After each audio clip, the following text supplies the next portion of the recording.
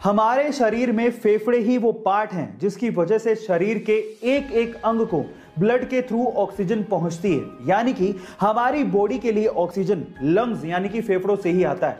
अब आप फेफड़ों का काम तो समझ ही गए हैं, तो अगर मैं आपसे सवाल पूछूं कि पृथ्वी का फेफड़ा किसे कहा जाता है तो आप लोग क्या कहेंगे? यानी कि पृथ्वी को एक्चुअली ऑक्सीजन कहां से सबसे ज्यादा मिलती है? चलिए मैं आपको बताता हूं।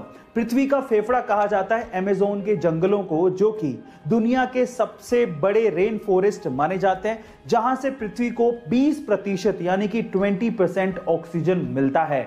गाइस, आपको ये इंफॉर्मेशन कैसी लगी चैट सेक्शन में जरूर लिखिएगा। मान लीजिए कि आपकी गाड़ी की चाबी गुम जाए तो आप क्या करोगे? ऑब्वियसली चाबी वाले के यहाँ चक्कर काटोगे। अब ये तो थी आम आदमी की बात, अब हम करते हैं खास आदमी की बात। एक बार मुकेश अंबानी अपने एंटीलिया घर से ऑफिस जाना चाहते थे और वो भी अपनी फेवरेट मर्सिडीज कार में, पर जैसे ही पार्किंग पहुंचे और उन्होंने अपनी जेब में हाथ डाला तो मर्सिडीज की चाबी नहीं मिली। पूरे घर में ढूंढ ली, वहां भी नहीं मिली।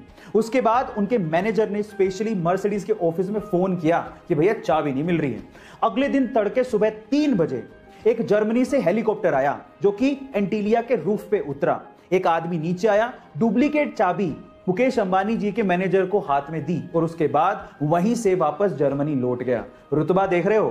गाइज, आपको ये सुन के कैसा लगा चैट सेक्शन में जरूर लिखिएगा। गाइज, आपने जियो के बारे में तो जरूर सुना होगा। जी हाँ, रिलायंस इंडस्ट्रीज के मालिक मुकेश अंबानी की टेलीकॉम कंपनी की ही मैं बात कर रहा हूं। लेकिन अगर मैं आपसे सवाल पूछूं कि क्या जियो की भी कोई फुल फॉर्म होती है, या फिर ऐसे ही जियो और जीने दो लाइन से इन्होंने जियो शब्द को उठा लिया है? क्या आप जानते हैं? चलिए मैं आपको बताता हूं। एक्चुअली जियो शब्द ऐसी किसी लाइन से नहीं उठाया गया है, इसकी भी एक फुल फॉर्म होती है और इसकी फुल फॉर्म है जॉइंट इंप्लीमेंटेशन अपॉर्चुनिटी। आप में से कितने लोग ये बात जानते थे? चैट सेक्शन में जरूर लिखिएगा। कोरोना के चलते कनाडा की एक महिला को अपनी जॉब से हाथ धोना पड़ा, उसे जॉब से निकाल दिया गया।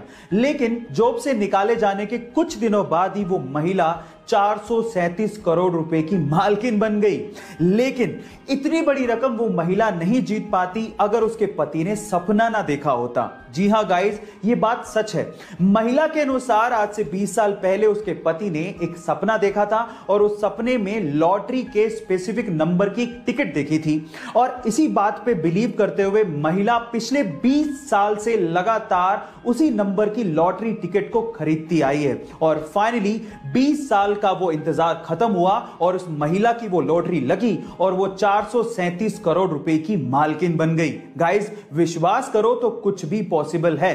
इतिहास में पहली बार 19 वर्षीय हरिद्वार की सृष्टि गोस्वामी को उत्तराखंड का एक दिन का सीएम बनाया गया। तारीख थी 24 जनवरी 2021। पर सवाल यह है कि 24 जनवरी की तारीख को ही क्यों चुना गया? क्या हुआ था इस दिन? तो चलिए मैं आपको बताता हूं। 24 जनवरी 1966 को इंदिरा गांधी ने भारत की पहली महिला प्रधानमंत्री के तौर पे शपथ ली थी। इस दिन को यादगार बनाने के लिए 2009 में महिला एवं बाल विकास मंत्रालय ने इसे बालिका दिवस घोषित कर दिया ताकि भविष्य में भारत को इंदिरा गांधी जैसी और भी कद्दावर नेता मिल सके जो देश को चला सके। गाइस, है ना अमेजिंग फैक्ट? भाई, कोरोना वायरस का खौफ है, ये मानना पड़ेगा, क्योंकि आज कोरोना वायरस के चक्कर में दुनिया का लगभग हर इंसान मास्क पहन के ही घर से बाहर निकल रहा है। पहनना भी चाहिए, सही बात है, लेकिन क्या आपको पता है कि इस पूरी दुनिया में हर साल लगभग 13 लाख लोग सड़क दुर्घटना में अपनी जान गंवा देते हैं, और वो भी इसलिए क्योंकि वो हेलमेट नहीं पहनते। क्या ये सही है? नहीं।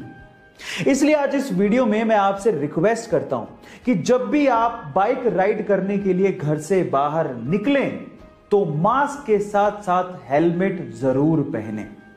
इस वीडियो को शेयर करें ताकि कोरोना के साथ साथ सड़क दुर्घटनाओं में जाने वाली जानों को भी हम लोग बचा सकें।